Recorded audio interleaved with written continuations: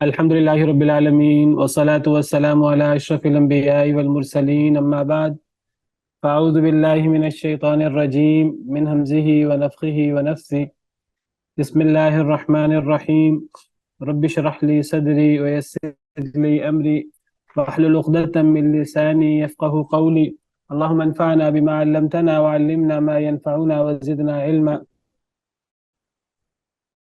فبشر عباد الذين يستمعون القول فيتبعون أحسنه أولئك الذين هداهم الله وأولئك هم أولو الألباب أعوذ بالله من الشيطان الرجيم بسم الله الرحمن الرحيم ما جعل الله لرجل من قلبين في جوفه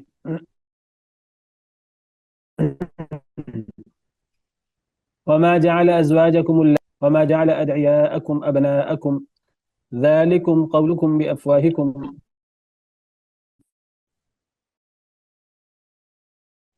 والله يقول الحق وهو يهدي السبيل رجل من قلبين في جوفه نہیں بنایا اللہ نے کسی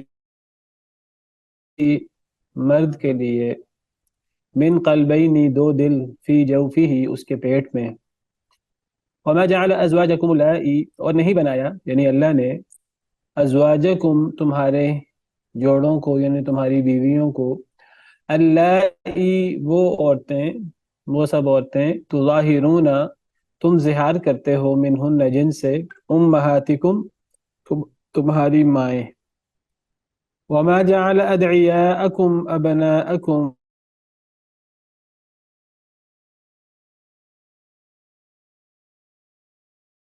اور نہیں اس نے بنایا یعنی اللہ نے ادعیاءکم تمہارے منہ بولا ہمارے کی بیٹے ذالکم ہے تمہارے منہوں سے واللہ یقول الحق اور اللہ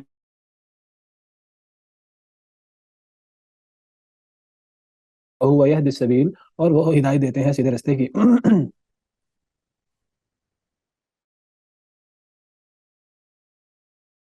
نے کسی مرد کے لیے دو دل اس کے پیٹ میں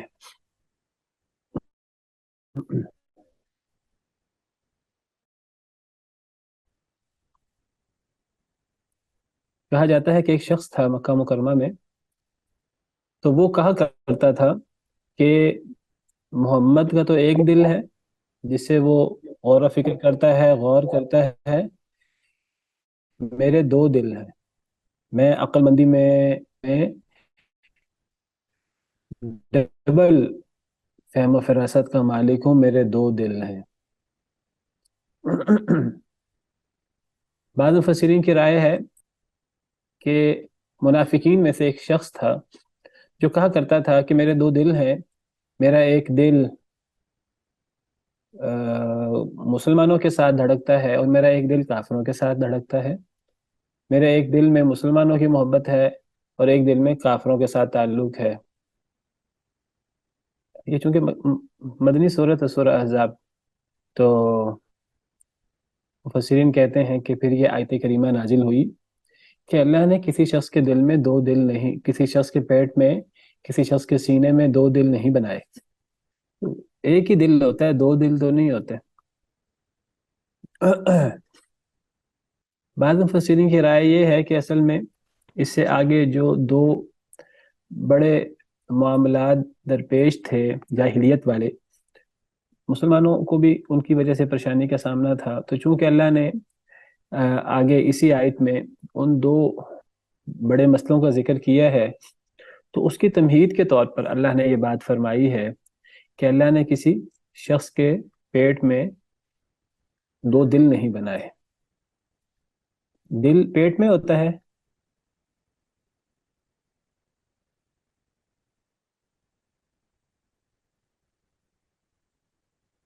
جی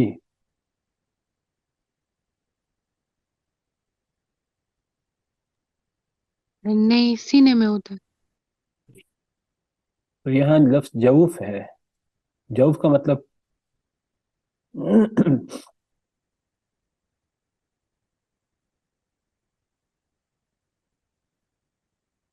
جوف تو پیٹ کو کہتے ہیں سینے کے لیے لفظ صدر ہے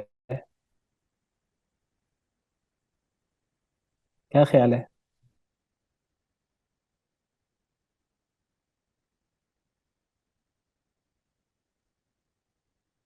جی، کوئی ہے جواب دینے والا؟ استاد محترم کیا سوال ہے؟ ہمارے یہاں نماز ہونے والی ہے اصل میں 7:30 بجے۔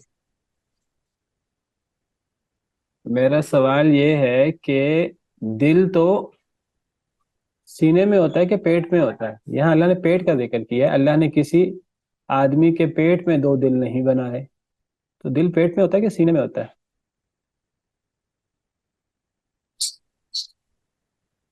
یہ پورے پیٹ سے لے کے اوپر والے حصے تک کو شاید وہ پیٹ گنا گیا ہو۔ اصل میں جوف کہتے ہیں درمیانے حصے کو یا خالی حصے کو، تو انسان کے سر سے لے کے ٹانگوں تک دیکھیں تو وہ پیٹ یا کچھ اوپر کچھ نیچے وہ سارا ہی تقریباً جوف بن جاتا ہے۔ تو ہم یہاں مراد یعنی سینے میں ہوتا ہے دل، تو سینہ مراد لیں گے، واللہ عالم۔ تو بعض مفسرین کی رائے یہ ہے کہ وہ اس کا شان نزول یعنی یہ جو اللہ کا فرمان ہے، اللہ نے کسی شخص کے دل میں، کسی شخص کے سینے میں دو دل نہیں بنائے، اصل میں وہ آگے جو دو احکامات، جو دو خرابیاں تھیں جاہلیت سے چلی آ رہی تھی، چونکہ اللہ اس کی اصلاح کرنا چاہتے ہیں، تو اصل میں یہ تمہید باندھ کر اللہ نے اصل میں یہ تمہید باندھ کر اس کی اصلاح کی ہے۔ وہ دو خرابیاں وہ کیا تھیں؟ وہ آگے ہیں، وما جعل ازواجکم اللائی تظاہرون منہن امہاتکم، اور نہیں بنایا ازواجکم تمہاری بیویوں کو، نہیں بنایا، کس نے بنایا؟ فاعل کون ہے جعل کا؟ اللہ سورہ سورہ احزاب، اللہ اس کا فاعل ہے، کیونکہ ازواجکم یہ تو مفعول ہے، سورہ احزاب کی آیت نمبر 4 ہے۔ اور نہیں بنایا یعنی اللہ نے ازواجکم تمہاری بیویوں کو، زوج کہتے ہیں اسپاؤس کو، اگر مرد ہے تو مرد کا زوج اس کی بیوی ہوگی، اگر کوئی عورت ہے تو اس کا اسپاؤس، اس کا زوج اس کا شوہر ہوگا، کیونکہ مردوں کو خطاب ہے تو یہاں بیویاں مراد ہوں گی۔ اور نہیں اس نے بنایا یعنی اللہ نے ازواجکم تمہاری بیویوں کو، اللائی، اللائی کیا ہے؟ استاد یہ اللاتی کی جمع ہے، اس میں موصولہ اسماء موصولہ، اسماء اللاتی کی جو موصولہ جمع میں سے ہوتی ہے ہے، اللاتی کی جمع ہے، تو اللاتی کی جمع اللاتی نہیں ہوتی؟ واللاتی یأتین الفاحشۃ من نسائکم، قرآن میں بھی واللاتی۔ سر دو اس کی ہوتے ہیں میرے خیال تین میں، تین آتی ہیں، اللہ وائی کیا بھی اللاتی ہوتی ہے۔ اللواتی اللواتی۔ جی بالکل ٹھیک۔ اللاتی کی جمع اللاتی، اللاواتی، اللائی، یہ تینوں جمع آتی ہیں، تو قرآن کریم میں اللاتی جمع بھی موجود ہے اور اللائی جمع بھی موجود ہے۔ اللاواتی یہ قرآن کریم میں موجود نہیں ہے، لیکن عربی زبان میں اس کا بھی کثرت سے استعمال ہوتا ہے، تو یہ اسماء موصولہ میں سے ہے، تو یہ جمع مؤنث کا اسم موصول ہے۔ الذی، اللذانی، الذین، اللتی، اللتانی، اللاتی، اللواتی، اللائی، تو یہ اللاتی کے معنی میں ہے، اللائی۔ اور نہیں اس نے بنایا یعنی اللہ نے ازواجکم تمہاری بیویوں کو، اللائی وہ عورتیں یعنی تمہاری وہ بیویاں، تظاہرون منہن تم زہار کرتے ہو جن سے، امہاتکم کیا نہیں بنایا تمہاری بیویوں کو؟ تمہاری مائیں، یعنی اللہ نے نہیں بنایا تمہاری ان بیویوں کو جن سے تم زہار کرتے ہو، تمہاری مائیں۔ زہار کیا ہوتا ہے؟ سر کوئی شخص یہ قسم جی جی، کھائے کہ تم میری ماں کی طرح ہو، تم میری بہن کی طرح ہاں ہو، تو اس کو زہار کہا جاتا ہے۔ ہاں، کوئی شخص اپنی بیوی کو یہ کہہ دے کہ تم آج سے میرے لیے میری ماں کی طرح ہو، اس کو زہار کہتے ہیں۔ یہ کہنا کہ تم میرے لیے میری ماں کی طرح ہو، تو اس کو زہار کیوں کہتے ہیں؟ زہار کا مطلب کیا ہوتا ہے؟ اور یہ ماں کی بیوی کو ماں کی طرح کہنا، یہ قسم اٹھانا، وجہ مناسبت کیا ہے؟ نہیں، لفظ زہار، زہار کا کیا مناسبت ہے اس قسم سے؟ زہار کا کیا معنی ہے؟ زہار بولنے کو نہیں کہتے، پشت یعنی کے ہوتے ہیں، مناسبت کیا ہے؟ جی، پشت، زہار کا مطلب پشت. پشت کے تو معنی۔ اس میں اصل میں وہ کہتے تھے انت علیہ کا ظہر امی، کہ تم ایسے ہو میرے لیے، اپنی بیوی کو کہتے تھے جیسے میری ماں کی پشت. تو اصل میں وہ ایک ان کے بات کرنے کا ایک انداز ہے. تو یعنی تم میرے لیے مراد ہے، تم میرے لیے میری ماں کی طرح ہو. جیسے ماں سے بیویوں والا تعلق رکھنے کا بندہ سوچ بھی نہیں سکتا، تو ایک انسان بیوی سے ناراض ہو کر بیوی کو ماں کی طرح کہہ بیٹھے، تو یہ کہنا کوئی اچھی بات نہیں ہے. یعنی یہ کیا بات ہوئی کہ انسان ناراض اپنی بیوی سے ہو رہا ہے، تو بیوی کی ناراضگی میں ماں کو لے آئے، بہن کو لے آئے، بیٹی کو لے آئے. یہ تو کوئی یعنی عقل مندی والی بات یا کوئی ایسی بات نہیں ہے جو ایک ہوش مند کوئی شخص کر سکے. تھوڑی سی تکلیف کریں گے، بند کر دیں گے اگر دروازے کو، تو باہر سے آواز آ رہی ہے. تو اللہ تعالیٰ فرماتے ہیں کہ تم جن بیویوں سے زہار کر لیتے ہو اور جن بیویوں کو تم کہہ دیتے ہو کہ جی تم میرے لیے میری ماں کی طرح ہے، تو وہ تمہارے کہنے سے تمہاری ماں بن جائے گی؟ نہیں، یہ تو بے وقوفی کی بات ہے، یہ تو کوئی اچھی بات نہیں ہے. انسان جو لفظ منہ سے نکالے، انسان کو چاہے غصے میں، چاہے بیوی سے ناراض ہے، ممکن ہے بیوی کا قصور ہو، ممکن ہے بیوی کا قصور نہ ہو، انسان کا اپنا قصور ہو. یہ کیا بات ہوئی غصے میں انسان بیوی کو ماں کہہ بیٹھے؟ بیوی بیوی ہے، ماں ماں ہے. اور جو بیوی کے ساتھ تعلق استاذ ہے وہ آواز ماں کٹ رہی ہے۔ کے ساتھ. جی، میں یہ کہہ رہا تھا کہ یعنی یہ بات کہنا منہ سے، چاہے انسان غصے میں یہ بات کہے بیوی کا قصور ہو، شوہر کا اپنا قصور ہو، تو بیوی کو ماں کی طرح کہنا یہ یعنی کسی طور پر بھی اس کی حوصلہ افزائی نہیں کی جا سکتی، یا کسی طور پہ اسے قبول نہیں کیا جا سکتا. یعنی اسلام تو کہتا ہے، دین کا تقاضا یہ ہے کہ انسان منہ سے کوئی بھی لفظ نکال لے. اب میری آواز صحیح آ رہی ہے؟ جی استاد۔ اب میری آواز آ رہی ہے؟ جی، انسان کوئی جی بھی استاد، لفظ منہ سے آپ نکال، جی جی، انسان کوئی بھی لفظ، ہمارے دین کا تقاضا یہ ہے کہ انسان منہ سے کوئی بھی لفظ نکالے تو سوچ سمجھ کر نکالے. اگر انسان کو لگتا ہے کہ میں غصے میں ہوں، میں اس وقت بات کروں گا تو اسے اول فول نکل آئے گا، تو انسان کو بات ہی نہیں کرنی چاہیے، خاموش ہو جانا چاہیے. من کان یؤمن باللہ والیوم الآخر فلیقل خیرا او لیصمت. نبی صلی اللہ علیہ وسلم نے فرمایا جو بندہ اللہ یا آخرت پر ایمان رکھتا ہے، اللہ اور آخرت پر، تو اسے یہ کرنا چاہیے کہ یا اچھی بات کہے یا خاموش رہے.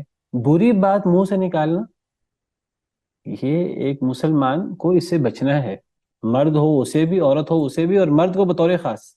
عورتیں جذباتی ہوتی ہیں، مرد کو تو اللہ نے مرد بنایا ہے، اور مرد کی مردانگی کا یہ تقاضا ہے کہ مرد اپنے آپ پر کنٹرول رکھے. مرد تو نہیں جذباتی ہوتا عورتوں کی طرح. تو یہ عورتوں کی طرح یا انسان کو اپنے اوپر کنٹرول نہ رہے.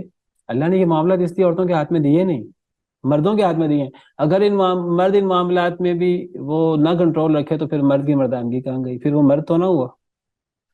تو ماں کا ایک تقدس والا جو تعلق ہے، اس کو بیوی کے اس رشتے کے میں لانا ہی کتنی بے وقوفی اور کتنی نادانی کی بات ہے.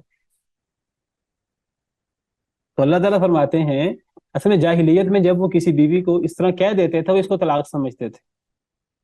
ہمارا دین کہتا ہے کہ یہ بات ہی بڑی غیر مناسب ہے.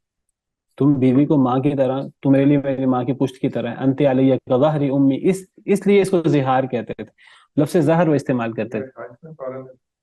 28ویں پارے میں بھی اس کے احکام موجود ہیں، اس کی سزا موجود ہے، اس کی سزا رکھی باقاعدہ اسلام میں. اس سے طلاق تو نہیں ہوتی، لیکن اس کا کفارہ رکھا ہے بڑا سخت قسم کا، اور اس کی سزا ہے. اس کی تفصیلات وہ 28ویں پارے میں سورہ المجادلہ اس میں آئیں گی. یہاں ایک اصولی بات ہو رہی جادلہ۔ ہے. سورہ مجادلہ، المجادلہ، یہ 28ویں پارے کی پہلی سورت کا نام ہے سورہ المجادلہ. تو اس سورت میں زہار کے کفارہ اور اس کے کچھ احکام بیان ہوئے ہیں.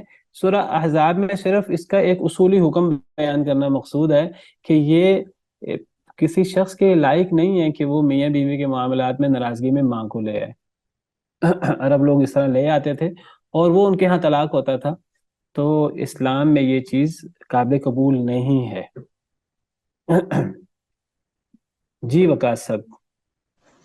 السلام علیکم ورحمۃ اللہ۔ وعلیکم السلام ورحمۃ اللہ وبرکاتہ۔ جی شیخ، یہ تو بات آ گئی، زہار وہ کرتے تھے اور غصے کی حالت میں کرتے تھے، اور اس کے اندر جو ہے وہ بیوی کو ماں قرار دیتے تھے۔ دوسری طرف جو ہے وہ عرب تاریخ کو اگر پڑھتے ہیں تو اس وقت نکاح کی کئی صورتیں جو تھیں، ان میں سے ایک نکاح غالباً ان کے معاشرے میں یہ بھی رائج تھا کہ وہ اپنے باپ کی بیوی سے بھی جو ہے وہ نکاح کرتے تھے۔ تو وہاں پر جو ہے وہ تو وہ بالکل ہی الٹ بات ہو رہی جی ہے اس چیز سے۔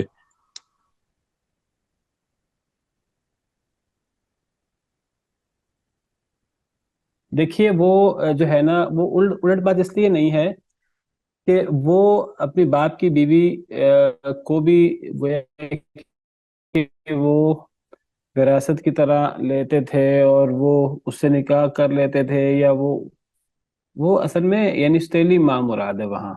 وہاں سگی ماں مراد نہیں ہے، سگی ماں کے ساتھ نہیں وہ ایسا سوچتے تھے۔ ان کے یہاں بڑی خرابیاں تھیں، لیکن یہ خرابی نہیں تھی کہ وہ اپنی ہی ماں کو، اپنی ماں کو اور اپنے باپ کی بیوی کو باپ کے فوت ہونے کے بعد وہ اس کے مالک بن بیٹھتے تھے۔ وہ اپنی ماں کی بات نہیں ہے، وہ ستیلی ماں کی بات ہے۔ کوئی بھی شخص ہے، مسلمان ہے کہ غیر مسلم ہے، تو میاں بیوی کے معاملات تو ماں کی طرح نہیں ہوتے۔ یہ ماں کا معاملہ تو ایک پوری دنیا کے لیے یہ ایک فطری بات ہے۔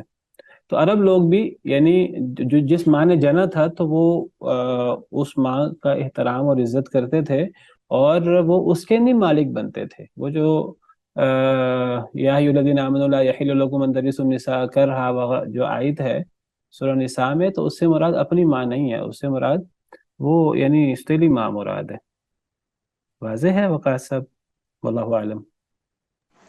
تو شیخ، وہ جو حدیث میں پھر ایک لفظ ملتا ہے سود کی خباثت کو بیان کرنے کے لیے، کہ سود کے خباثت کے 70 درجے ہیں، اور اس میں سے ایسروہا کے الفاظ ہیں نا، کہ کم ترین درجہ یہ ہے کہ کوئی شخص جو ہے وہ اپنی ماں سے نکاح کرے۔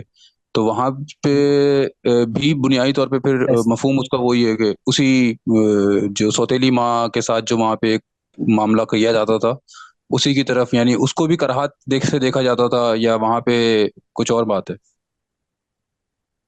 نہیں، وہاں تو حقیقی ماں مراد ہے۔ یعنی ایک انسان یعنی ایک عام زنا ہوتا ہے، اور ایک یعنی قریبی رشتہ داروں سے زنا، یا انسان ماں کے ساتھ یہ چیز سوچے بھی تو یہ کتنی مکروہ چیز ہو سکتی ہے۔ مسلمان تو مسلمان، غیر مسلم کے لیے بھی تو سود کی شناخت بیان کرنے کے لیے بتایا گیا کہ سود اللہ کے ہاں کتنا برا ہے کہ 70 حصے کیے جائیں تو ایک حصہ اپنی ماں کے ساتھ زنا کرنے کے برابر ہے۔ ایسا کوئی بے حیا سے بے حیا اور خبیث سے خبیث شخص بھی نہیں سوچ سکتا۔ لیکن سود جو ہے، سود کے 70 حصے کیے جائیں تو ایک حصہ اپنی ماں کے ساتھ زنا کرنے کے برابر ہے۔ تو یہاں ستیلی ماں مراد نہیں ہے، تو سگی ماں مراد ہے، سود کی شناخت بیان کرنے کے لیے۔ جی وقاص صاحب۔ جی شیخ، مناسب۔ جی تو اللہ تعالیٰ فرماتے ہیں کہ اللہ نے تمہاری بیویوں کو جن سے تم زہار کرتے ہیں انہیں تمہاری مائیں نہیں بنایا۔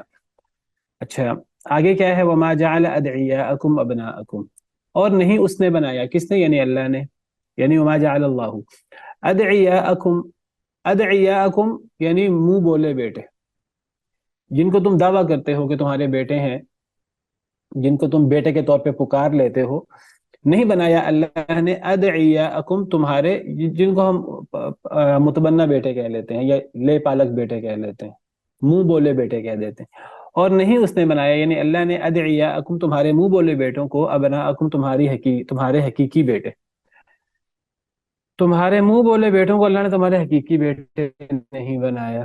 منہ بولا بیٹا وہ بیٹا ہوتا ہے، وہ حقیقی بیٹا نہیں بن جاتا۔ اصل میں عرب جاہلیت میں وہ جب بیوی کو ماں کی طرح کہہ دیتے تھے تو وہ ماں سمجھتے تھے، اور وہ سمجھتے تھے کہ بس اب حرام ہو گئی ہے مجھ پر، اب یہ میرے لیے ماں کی طرح ہو گئی ہے، اب میں اس سے تعلق نہیں قائم کر سکتا، اب طلاق ہو گئی ہے۔ اللہ نے فرمایا کہ یہ ہے تو بہت برا عمل کہ انسان میاں بیوی کے معاملات میں انسان اتنا آؤٹ اسپوکن ہو جائے، انسان کو اپنے اوپر کنٹرول نہ رہے کہ انسان ماں کو درمیان میں لے آئے. لیکن اگر ماں کو درمیان میں لائے گا تو ماں کہنے سے بیوی کو بیوی ماں تو نہیں بن جائے گی. ٹھیک ہے، یہ حقیقت کے خلاف ہے. بالکل اسی طرح جب انسان کسی لڑکے کو اپنا اگر وہ منہ بولا بیٹا کہہ دیتا ہے، اس کا وہ بیٹا نہیں ہے، منہ بولا بیٹا کہہ دیتا ہے، متبنہ بیٹا بنا لیتا ہے، لے پالک بیٹا بنا لیتا ہے، تو بنا لے.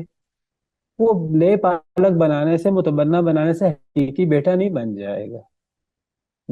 بیٹا وہ ہے جو باقاعدہ یعنی وہ بیٹا ہوتا ہے حقیقی بیٹا. جو میاں بیوی سے پیدا نہیں ہوا تو وہ بیٹا کیسے بن سکتا ہے؟ ہاں، کسی نے پیار سے بیٹا بنا لیا، یا کسی یتیم کو پال لیا، کسی یتیم کی کفالت کرتے ہوئے کہا کہ جی تم میرے لیے بیٹوں کی طرح ہو، میں تمہیں پال لیتا ہوں یا پال لیتی ہوں. تو کسی کی کفالت کرنا اور کسی کو بیٹے جیسے پیار دینا وہ بالکل ایک الگ چیز ہے، وہ جائز ہے، اس میں کوئی حرج نہیں ہے.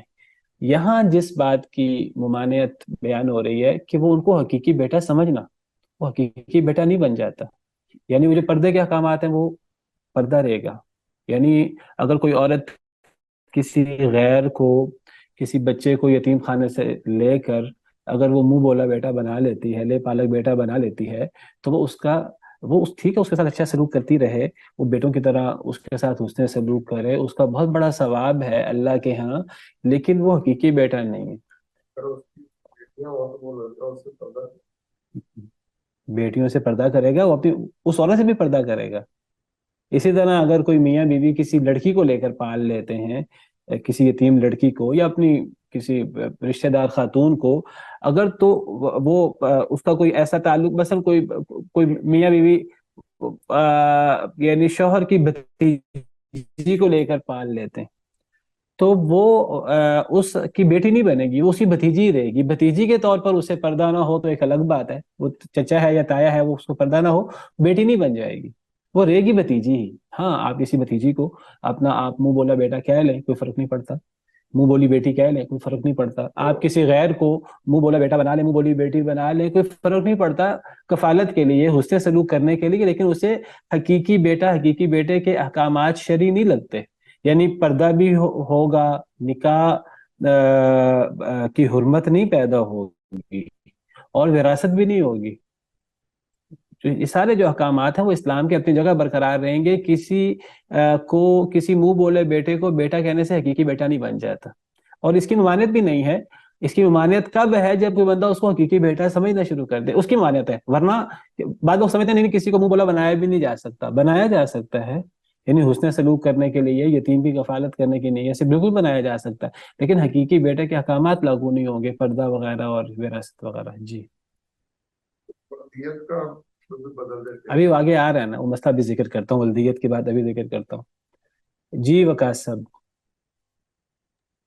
جی شیخ، اس میں مطلب احکامات میں فرق کیا جائے گا. یعنی اب جیسے ہم نے پہلے بھی کورس میں پڑھا تھا نا کہ جو رشتے نسب سے حرام ہوتے ہیں یا حرمت قائم ہوتی ہے وہی رضاعت سے ہوتے ہیں. تو اگر اتنا چھوٹا بچہ گود لیا جائے کہ جو رضاعت کے اندر آ جائے تو اس سے پھر جو ہے وہ پردے کے احکامات ہو جائیں گے. لیکن سوال وہ آتا ہے کہ کیا اس میں بھی پھر وراثت جاری ہوگی، کیونکہ وہ بیٹا تو نہیں تھا، وہ تو رضائی بیٹا بنا یا اس طریقے سے معاملہ ہوا ہے. تو وراثت کے احکامات ساقط نہیں ہوں گے، لیکن پردے کے احکامات جو ہیں وہ اس طرح امپلیمنٹ ہو رہے ہوں گے. جی بالکل ٹھیک، بڑا اچھا سوال ہے کہ اگر چھوٹے بچے کو گود لیا، اتنا چھوٹا بچہ ہے کہ وہ دودھ وہ پی سکتا ہے، اس کو دودھ پلایا جا سکتا ہے، اور وہ عورت کو دودھ آ رہا ہے، تو ایسے بچے کو، چاہے وہ رشتہ دار ہو چاہے وہ غیر رشتہ دار ہو، کسی غیر بچے کو یا بچی کو لے کر پال لیا جائے، متبنہ بیٹا بنا لیا جائے، بیٹی بنا لیا جائے، اگر اس کو دودھ پلا دیا جائے تو وہ یعنی حقیقی بیٹا نہیں ہے، حقیقی بیٹی نہیں ہے. وہ اب دودھ کا بیٹا یا بیٹی بن جائیں گے. اور دودھ کے بیٹا بیٹی کے احکامات پردے نکاح کے حوالے سے وہی ہوتے ہیں جو نسب سے بیٹا بیٹی کے احکام ہوتے ہیں. کیونکہ حدیث مبارکہ ہے قرآن میں بھی اس کی طرف اشارہ موجود ہے کہ اللہ نے جو جن رشتوں سے نکاح حرام کیا ہے تو اس میں رضائی ماں یعنی دودھ کی ماں، اس سے بھی نکاح نہیں ہو سکتا. وَأُمَّهَاتُكُمُ اللَّاتِي يَرْضَعْنَكُمْ وَأَخَوَاتُكُم مِّنَ الرَّضَاعَةِ، رضائی بہن سے بھی نکاح نہیں ہو سکتا. جب رضائی ماں سے نکاح نہیں ہو سکتا، رضائی بہن سے نکاح نہیں، رضائی ماں سے مراد ہے جس نے دودھ پلایا، اور رضائی بہن سے مراد ہے کہ وہ جس عورت نے دودھ پلایا اس کی بیٹی، وہ رضائی بہن ہے. تو رضائی ماں سے بھی نکاح حرام ہے، رضائی بہن سے بھی نکاح حرام ہے، قرآن کا نص ہے. جب ان سے نکاح حرام ہے تو ان سے پردہ بھی نہیں ہے، کیونکہ جن سے نکاح حرام ہے مستقل ان سے پردہ بھی نہیں ہوتا. تو وہ پردہ نہ ہونے کی وجہ یہ نہیں کہ یہ حقیقی بیٹا بیٹی بن گئے ہیں، وہ پردہ نہ ہونے کی اور نکاح حرام ہونے کی وجہ ان کا دودھ کا بیٹا یا دودھ کا بھائی ہونا وجہ، اور وہ دودھ کا بیٹا دودھ کا بھائی ہونا بھی وہ بھی نکاح حرام کر دیتا ہے، اسے بھی پردہ کی ضرورت نہیں رہتی. اور وہ سارے رشتے، کوئی بچہ دودھ پی لے کسی عورت کا تو وہ 7 قسم کے رشتے حرام ہو جاتے ہیں جو نسب سے حرام ہوتے ہیں، یعنی ماں، بیٹی، بہن، اور پھپھو، خالہ، بھانجی، بھتیجی. تو جس طرح نسب سے یہ 7 رشتے حرام ہو جاتے ہیں، رضاعت سے بھی، دودھ سے بھی یہ 7 کے 7 رشتے حرام ہو جاتے ہیں. تو نکاح تو حرام ہو جائے گا اور پردہ بھی نہیں ہوگا رضاعت سے، اور وہ نسب کی طرح وہ 7 رشتوں پر پھیلے گا. وہی تفصیل ہوگی جس طرح کر کے نسب کی تفصیل ہے، لیکن وراثت کے احکامات رضاعت سے بھی جاری نہیں ہوتے، کیونکہ وراثت کے اسباب میں کہیں بھی رضاعت نہیں آتا. تو کوئی مرد عورت کسی بچی کو اڈاپٹ کر لیں، چاہے وہ ان کے بھتیجی وغیرہ ہو، بھانجی وغیرہ ہو، یا کسی یتیم خانے سے لے کر کسی بچی کو اگر وہ اڈاپٹ کر لیں اور اگر وہ چھوٹی ہے دودھ بھی پلا دیں 2 سال کے اندر اندر 5 مرتبہ، تو وہ رضائی بیٹی تو بن جائے گی. اب پردہ نہیں ہوگا اس کو، اور اس سے اس مرد کا نکاح بھی نہیں ہو سکے گا، لیکن وراثت جاری نہیں ہوگی. وراثت جاری ہونے کے لیے وہ اولاد ہونا ضروری ہے، نسبی طور پر نسب ہونا ضروری ہے. وراثت یا نسب کے ساتھ جاری ہوتی ہے، یا نکاح کے ساتھ جاری ہوتی ہے، یا ولا کے ساتھ جاری ہوتی ہے. وراثت رضاعت کے ساتھ جاری نہیں ہوتی. جی وقاص صاحب سمجھ آ گئی آپ کو؟ جی شیخ، الحمدللہ، نہیں نہیں. جزاک اللہ. استاذ یہ جو جی ادعیاکم ہے، یہ اگر جمع ہے تو اس کی مفرد کیا ہوگی؟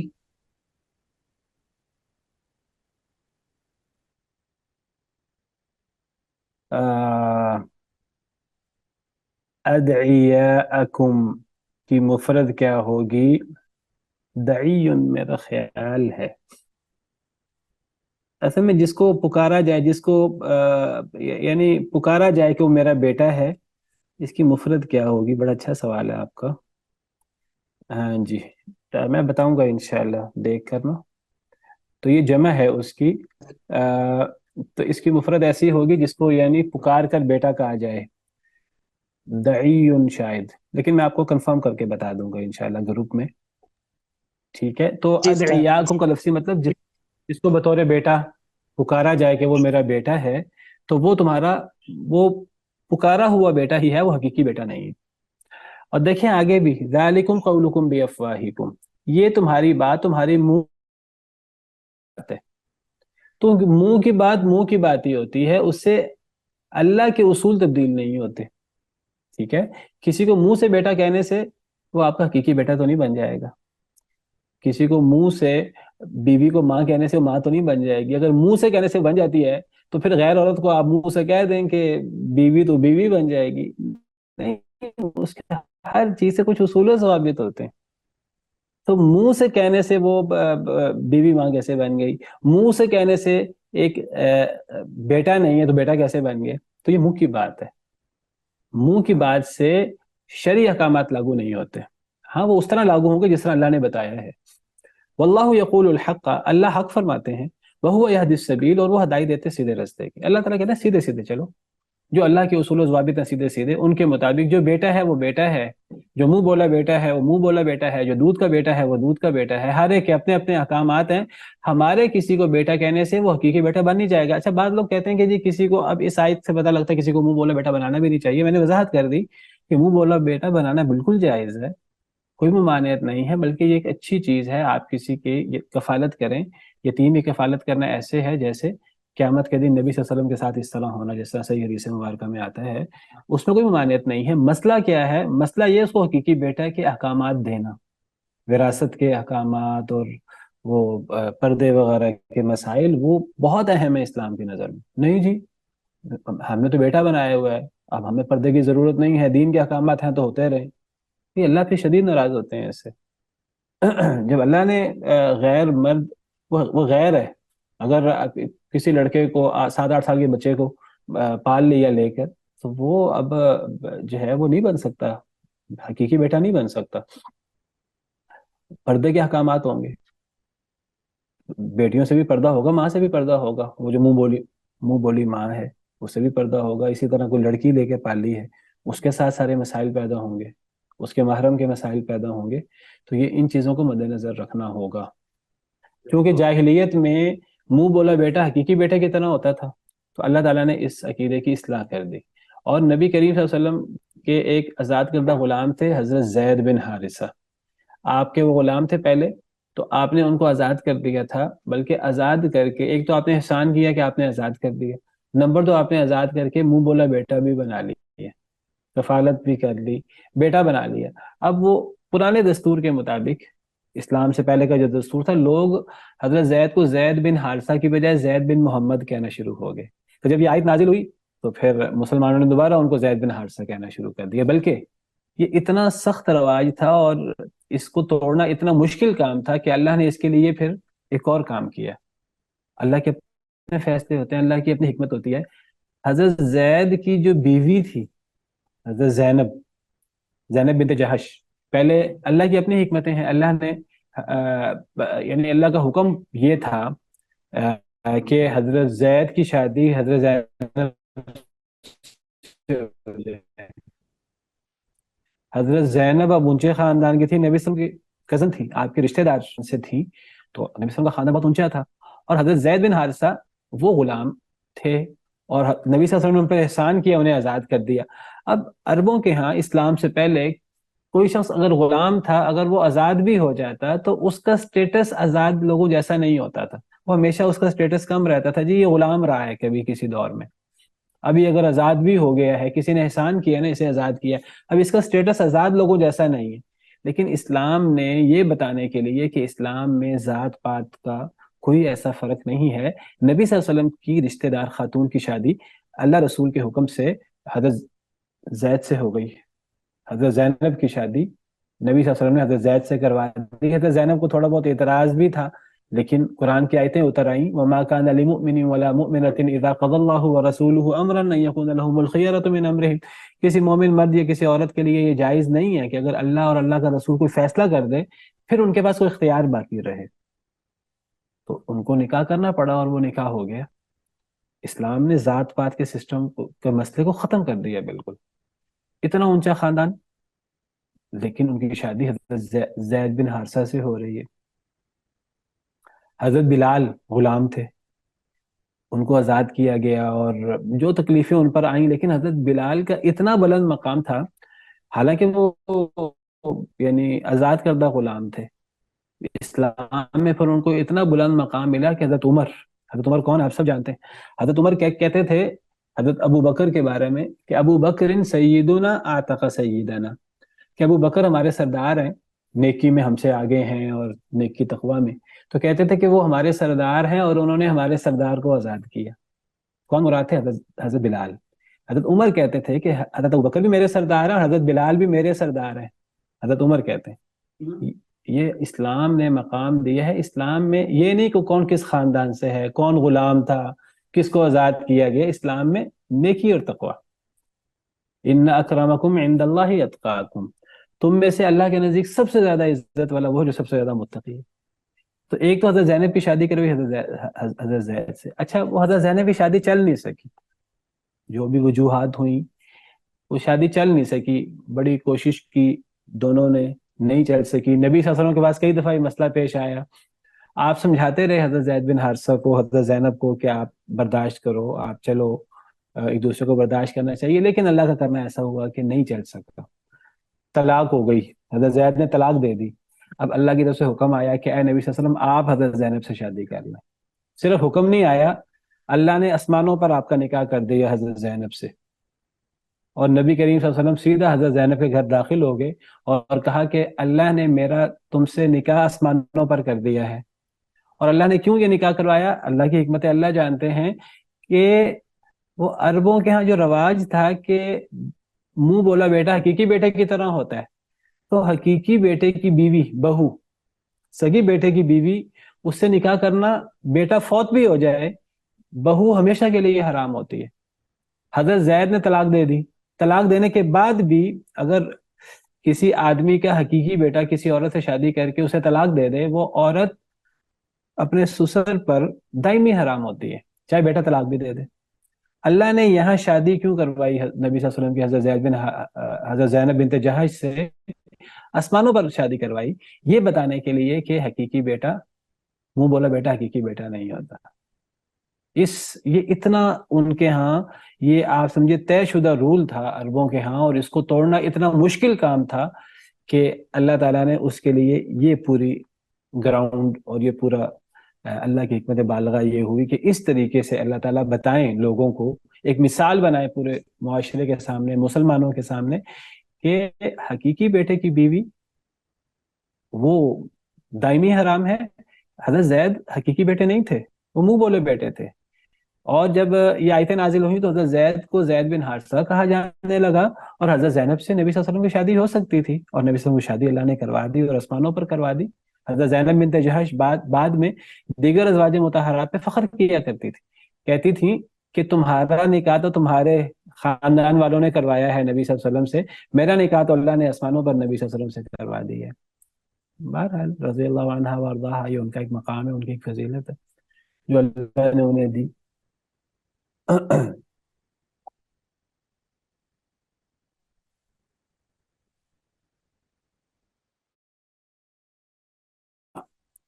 انہیں پکارو جی مس نورین۔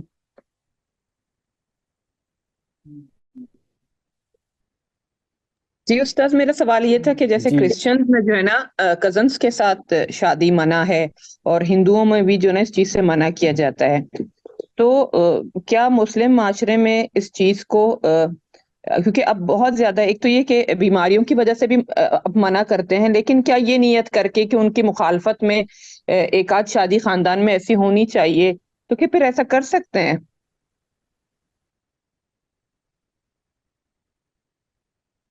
دیکھیے جی، اسلام نے تو نہیں منع کیا کزن میرج سے، اسلام میں تو کزن میرج کا جواز موجود ہے، اور نبی صلی اللہ علیہ وسلم کی شادی ہوئی، حضرت زینب بنت جہش شاید آپ کی پھوپھو ذات بہن ہے، تو آپ کی کزن ہیں، اور پھر نبی صلی اللہ علیہ وسلم نے اپنے بچوں کی شادیاں اپنے خاندان میں کی ہیں، ان کے بچوں کے خاندان میں کی ہیں۔ آپ نے اپنی 2 بیٹیوں کا نکاح ابو لہب کے بیٹوں سے کیا تھا، وہ تو بعد میں چونکہ نبی صلی اللہ علیہ وسلم نے جب نبوت کا دعویٰ کیا تو وہ ناراضگی میں آ کر انہوں نے توڑ دیا وہ رشتہ، تو نبی صلی اللہ علیہ وسلم نے تو ابو لہب کے بیٹوں سے کیا تھا۔ آپ کہہ سکتے ہیں کہ جی وہ تو اسلام سے پہلے کی بات ہے، لیکن حضرت فاطمہ کی شادی نبی صلی اللہ علیہ وسلم نے حضرت علی سے کی کہ نہیں کی؟ حضرت علی اور حضرت فاطمہ کا کیا رشتہ ہے آپس میں؟ چچا زاد بہن بھائی ہیں۔ حضرت علی نبی صلی اللہ علیہ وسلم کے چچا کے بیٹے ہیں نا، تو گویا کہ حضرت فاطمہ سے وہ رشتہ دار ہیں، تو نبی صلی اللہ علیہ وسلم نے شادی کی ہے۔ حضرت زینب، ان کی شادی نبی صلی اللہ علیہ وسلم نے جو سب سے بڑی بیٹی تھی، ان کی شادی حضرت خدیجہ کے بھانجے سے کی،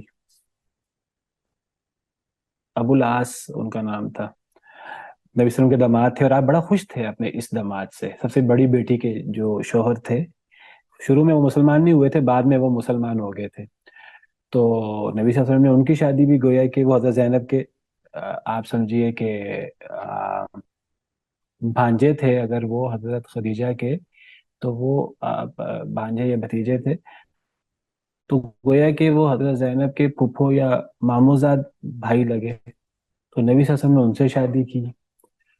تو اسلام میں کوئی ایسی ممانعت نہیں ہے، اور اگر ان کے ہاں ممانعت، اور باقی کوئی ضروری بھی نہیں ہے کہ ضروری ہی کزن میرج ہی کرنی ہے، ضرور ہی اپنے اپنی ذات میں ہی کرنی ہے. کچھ لوگ کہتے ہیں جی ہم نے اپنی ذات میں ہی کرنی ہے, اپنی ذات سے باہر نہیں نکلنا. کیوں ذات سے باہر نہیں نکلنا بھائی؟ جہاں رشتہ اچھا مل جائے, جہاں دیندار مرد یا اخلاق والا مرد مل جائے, دیندار عورت مل جائے, تو وہاں شادی کر دینی چاہیے. وہاں باقی چیزیں نہیں دیکھنی چاہیے, اصل فوقیت دین کو, اخلاق کو دینی چاہیے. اس کے ساتھ جو بھی چیز مل جائے. تو کزن میرج بھی ہو سکتی ہے, اور کوئی ضروری بھی نہیں کہ کزن میرج کی جائے. ہاں بعض لوگ کہتے ہیں جی وہ اگر پہلے بھی کزن میرج ہو, پھر آگے بھی کزن میرج ہو, پھر آگے بھی کزن میرج ہو, یہ 2-3 دفعہ ہو جائے, پھر اس سے کئی میڈیکل ایسے مسئلے پیدا ہو جاتے ہیں. اگر ایسی کوئی چیز ہے تو بچ جانا چاہیے, اگر ڈاکٹر کہتے ہیں تو.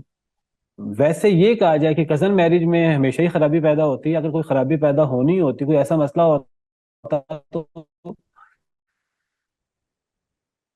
اسلام تو اللہ کی طرف سے دین ہے نا, تو کزن میرج کو پسند نہ کیا جاتا اسلام میں.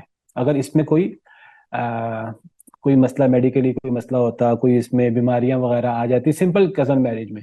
ہاں اگر 2-3 دفعہ بار بار کزن میرج ہو تو وہ ایک الگ بات ہے, ورنہ اگر اس میں کوئی مسئلہ نہیں ہے. کوئی لوگ یہ کہیں کہ کزن میرج میں ہمیشہ مسئلہ ہوتا ہے.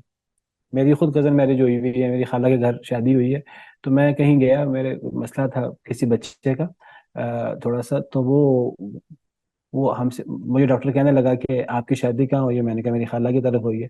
تو کہنے لگا لوگ شادی کر دیتے ہیں, لوگ دیکھتے نہیں ہیں, تو دیکھیں اب آپ کے بیٹے کا مسئلہ ہے. تو میں نے کہا کہ نبی صلی اللہ علیہ وسلم نے حضرت علی اور حضرت فاطمہ کی شادی کی, تو ہم کیسے کہہ سکتے ہیں کہ کزن میرج نہیں ہونی چاہیے؟ چپ ہو گیا آگے سے.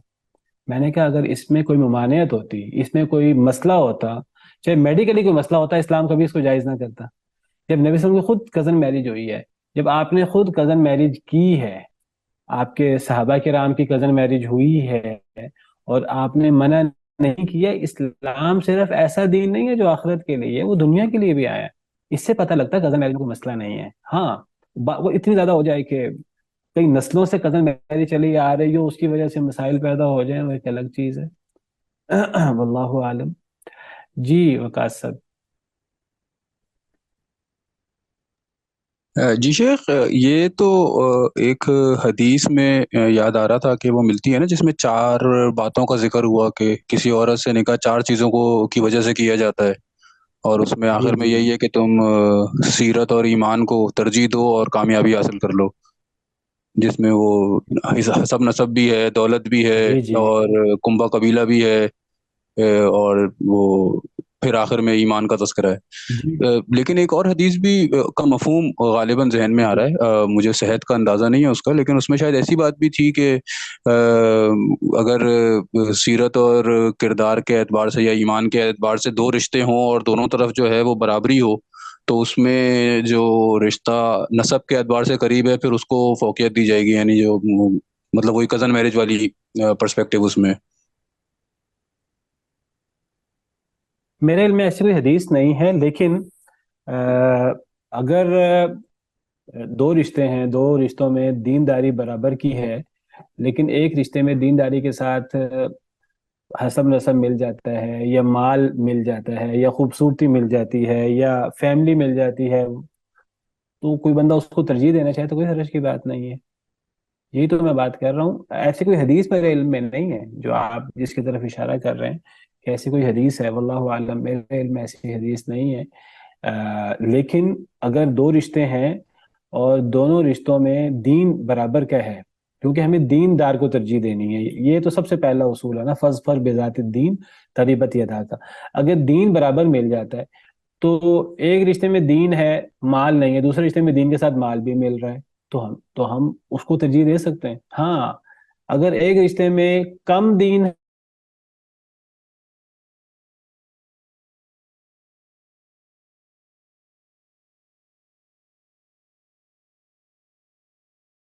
تو انشاءاللہ کوئی حرج کی بات نہیں ہے.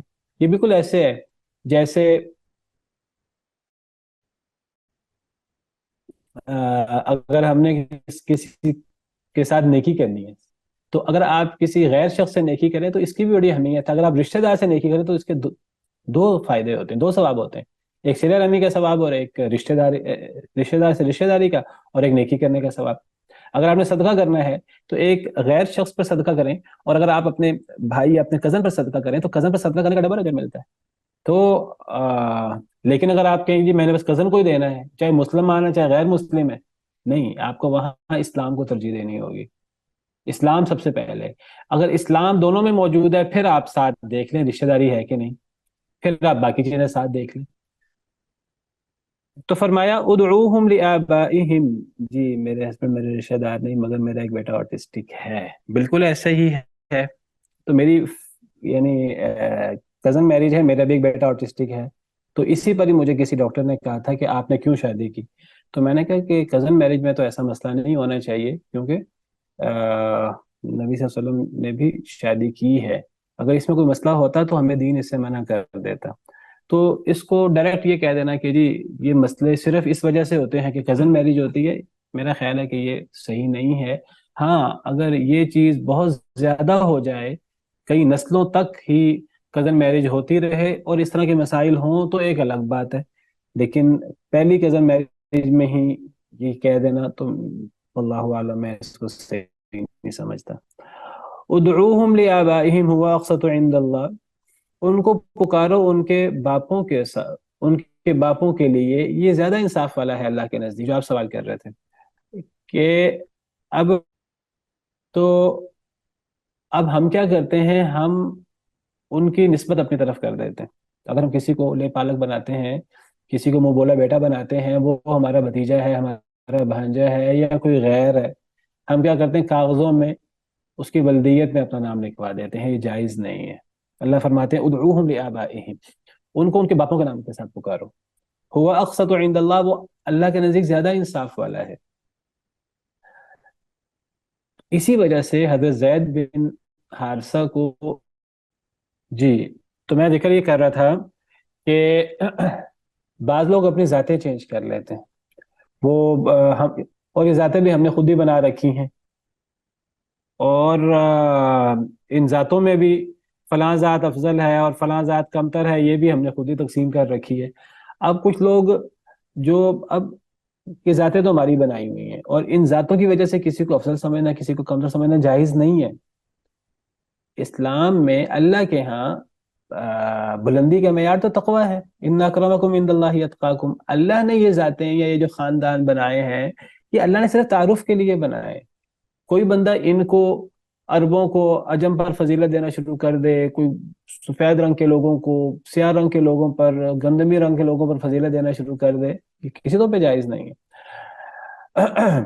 ہم نے پہلے ذاتیں بنا لی، ذاتیں بنا کر اب کچھ لوگ جو ہمارے ہاں کمتر ذات میں پیدا ہو جاتے ہیں، پیسہ نہیں ان کے پاس ہوتا، ان کے پاس پیسہ آ جاتا ہے، اب وہ لوگ کیا کرتے ہیں اپنی ذات چینج کر دیتے ہیں. اب اپنے نام کے ساتھ چودھری لکھ دیتے ہیں، اپنے ذات کو ایسی بنا دیتے ہیں کہ جو ذات لوگوں کے ہاں جو ہے وہ بڑی مشہور ہوتی ہے. یہ جائز نہیں ہے کسی طور پر بھی. پہلی بات ہے یہ ذاتوں کی تقسیم تو اللہ نے کی ہی نہیں، اور نہ اللہ کہتے ہیں ذاتوں کی وجہ سے کوئی عزت ذلت کا کوئی مسئلہ ہے. کسی بندے کو یہ جائز نہیں کہ اپنی ذات چینج کرے. جو بندہ اپنی ذات چینج کرے، ذات چینج کرنا ایسے ہی جیسے اپنے باپ کو چینج کرنا، کیونکہ ذات کا تعلق، نسب کا تعلق باپ کے ساتھ ہوتا ہے. تو ذات کی کوئی عزت ذلت تو اللہ نے رکھی نہیں، وہ ہم نے بنائی ہے، ہم نے خود بنائی ہے اور ہم اس کا شکار ہوتے ہیں، اور پھر بعد میں ہم ذاتیں چینج کرتے ہیں. تو یہ کسی طور پہ جائز نہیں ہے، یہ بہت بڑا جرم ہے. اللہ فرماتے ہیں ادعوہم لآبائہم هو اقسط عند اللہ. اچھا ایک مسئلہ اور، ہمارے ہاں شادی ہوتی ہے عورت کی تو عورت کی نسبت شوہر کی طرف کرنا شروع کر دیتے ہیں. یہ عورت کی نسبت اس کے باپ کی طرف ہونی چاہیے. ہاں کوئی عورت اپنے نام کے ساتھ شوہر کا نام لگانا چاہے لگا لے، لیکن ولدیت وغیرہ میں باپ کا نام ہونا چاہیے. میں تو اسی کو پریفر کرتا ہوں کہ عورت کو اپنا نام بھی، اگر اس کا نام پہلے کسی عورت کا نام مثلا عائشہ ہے، اس کے باپ کا نام اگر عمر ہے، تو اس کی شادی کسی علی نامی شخص سے ہو جاتی ہے، تو وہ عائشہ عمر ہے پہلے، بعد میں وہ شادی کے بعد اپنا نام عائشہ علی کر دے، اپنا نام کیوں چینج کرتی ہے؟ اگر اللہ نہ کرے، اللہ نہ کرے اس کا شوہر فوت ہو گیا یا ان کے آپس میں علیحدگی ہو گئی، اس کی شادی کسی اور شخص سے ہو گئی، پھر وہ اپنا نام دوبارہ چینج کرے گی؟ بھی نام تو ایک ہی ہوتا ہے جو ماں باپ نے رکھا ہوتا ہے. میں یہ نہیں کہتا یہ ناجائز ہے، یہ ناجائز تب ہوگا شوہر کے نام کی طرف نسبت جب وہ ولدیت میں شوہر کا نام لکھ دیا جائے. لیکن یہ بار بار نام چینج کرنا، ہر عورت کی اپنی ایک وقار ہوتا ہے، ایک ڈگنیٹی ہوتی ہے، اس کا نسبت باپ کے نام کے ساتھ ہوتی ہے. ازواج مطہرات حضرت عائشہ ہیں. حضرت عائشہ کو عائشہ محمد تو نہیں کہتے تھے لوگ, عائشہ بنت ابی بکر ہی کہتے تھے. ہاں, عائشہ زوج النبی کہتے تھے, نبی صلی اللہ علیہ وسلم کی بیوی. کوئی عورت اپنے نام کے ساتھ مسز فلاں کہہ کے شوہر کی طرف نسبت کر لے, اپنا نام تو چینج نہ کرے. نام اپنا باپ کے ساتھ ہی, عورت کو اپنی نسبت باپ کی طرف ہی کرنی چاہیے, نسب باپ کے ساتھ ہوتا ہے. یہ تو یعنی غیروں کے ہاں ہے, یورپ کے ہاں ہے کہ وہ عورتیں اپنی نسبت شوہروں کی طرف کرتی ہیں.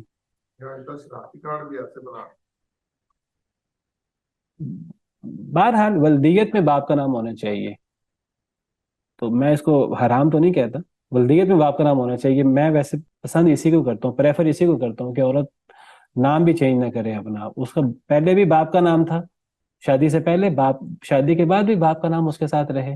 اگر شوہر فوت ہو جائے یا ان کی آپس میں علیحدگی ہو جائے, دوبارہ کہیں اور شادی کرے, نام تو اس کا اس کی زندگی میں ایک رہی ہے. کیا ہوا, نام چینج ہوتا رہے اس کا.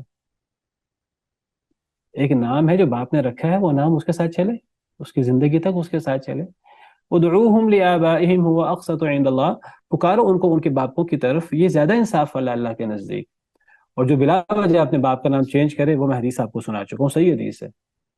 فَإِن لَمْ تَعْلَمُوا آبَاءَهُمْ فَإِخْوَانُكُمْ فِي الدِّينِ, اگر تم نہیں جانتے ان کے باپوں کو, بعض دفعہ کسی کے باپ کا پتہ نہیں ہوتا, ایک بچہ کہیں سے گرا پڑا مل گیا ہے, پھر بھی کوئی اسے اپنا نام نہیں دے سکتا.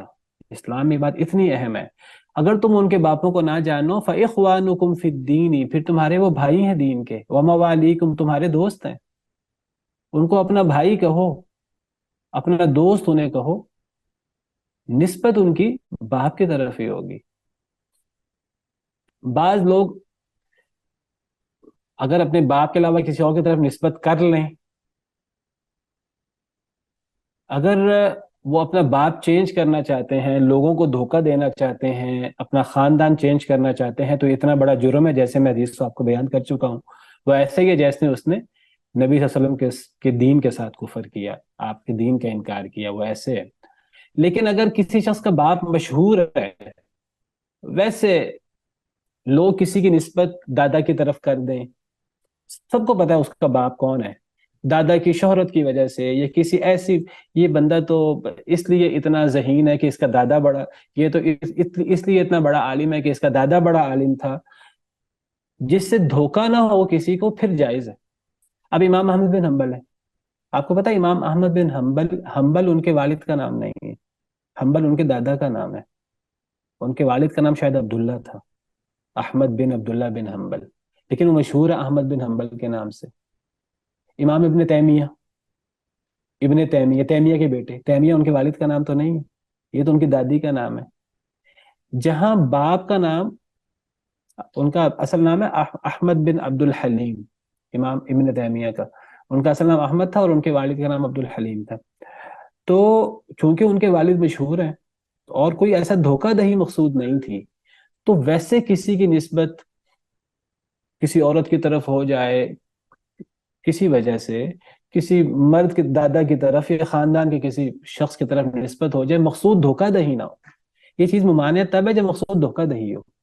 مقصود دھوکہ دہی نہیں ہے تو اس کی اجازت موجود ہے. کئی ایسے ہمیں بعض صحابہ بھی ملتے ہیں نبی صلی اللہ علیہ وسلم کے دور میں کہ ان کی نسبت ان کے باپ کے علاوہ کسی اور کی طرف کی جاتی تھی, مقصود دھوکہ دہی نہیں تھی, تو نبی صلی اللہ علیہ وسلم نے ان کو روکا نہیں کہ آپ ان کی نسبت چینج کریں. تو اصل مقصود ہے کہ حقیقت چینج نہ ہو, لوگوں کو دھوکہ نہ ہو.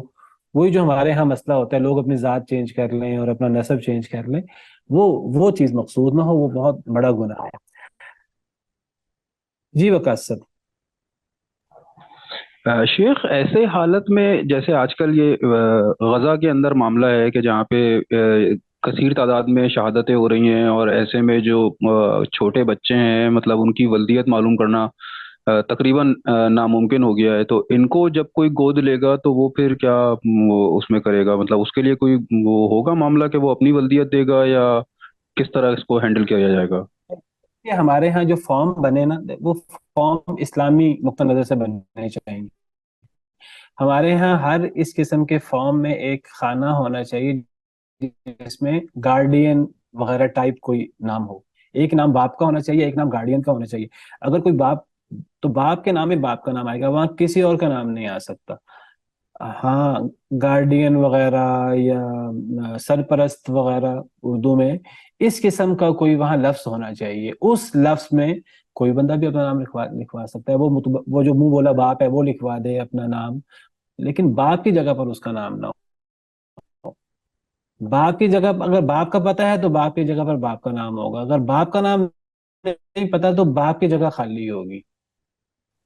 ویسے تو میں وہ نے پھر کوئی ایسا فارم کے اندر بناتے ہیں جو اس قسم کے فارم وغیرہ بنتے ہیں. ان فارمز کے اندر ایسی آپشن ہونی چاہیے کہ وہاں گارڈین سرپرست وغیرہ کی آپشن موجود ہو. وہاں کوئی بھی اپنا نام لکھوا لے سرپرست جی میں. استاد محترم، تو سرپرست کوئی ویسے بھی ہو میں نے سکتا ہے، وہ کوئی علاقے کا کونسلر بھی ہو سکتا ہے، وہ کوئی خاندان کا بڑا. جی استاد جی محترم، میں نے بھی اکثر نا فارمز وغیرہ میں ہمیشہ جی گارڈینز کے آپ کی نام آواز پڑھے ہیں. اچھا ہاں تو گارڈین کی ٹھیک ہے. آپشن ہے تو بالکل ٹھیک ہے، اس کو استعمال کرنا چاہیے. ہم اب اس کو ختم کر دیں. کچھ اور باتیں بھی ہیں ان دونوں آیتوں کے حوالے سے کل بیان کروں گا، صرف میں ترجمہ مکمل کر لوں اس آیت کا. وَلَيْسَ عَلَيْكُمْ جُنَاحٌ فِي مَا أَخْطَأْتُمْ بِهِ، اور نہیں ہے تمہارے اوپر کوئی گناہ اس بارے میں جو تم غلطی سے کر بیٹھو. اگر غلطی سے کسی کو پتہ نہیں ہے، کوئی غلطی سے کسی کو کسی کی طرف منسوب کر دے تو آپ کو پتہ ہے غلطی بھول چوک تو معاف ہے. وَلَكِنْ مَا تَعَمَّدَتْ قُلُوبُكُمْ، لیکن جو جان کر کریں تمہارے دل سے جان بوجھ کر، یہ گناہ بہت بڑا گناہ ہے. خاص طور پہ جب اس سے مقصود کسی کو دھوکہ دینا مقصود ہے، تو جب بھی یہ کام جان بوجھ کر ہوگا تو بہت بڑا گناہ ہے. لیکن اگر غلطی سے یہ کام ہو جائے تو غلطی تو اسلام میں معاف ہے. اسلام میں اللہ نے ایسی چیزوں کی گنجائش رکھی ہے. وَكَانَ اللَّهُ غَفُورًا رَحِيمًا، اور ہیں اللہ تعالیٰ بہت بخشنے والے، بہت رحم کرنے والے.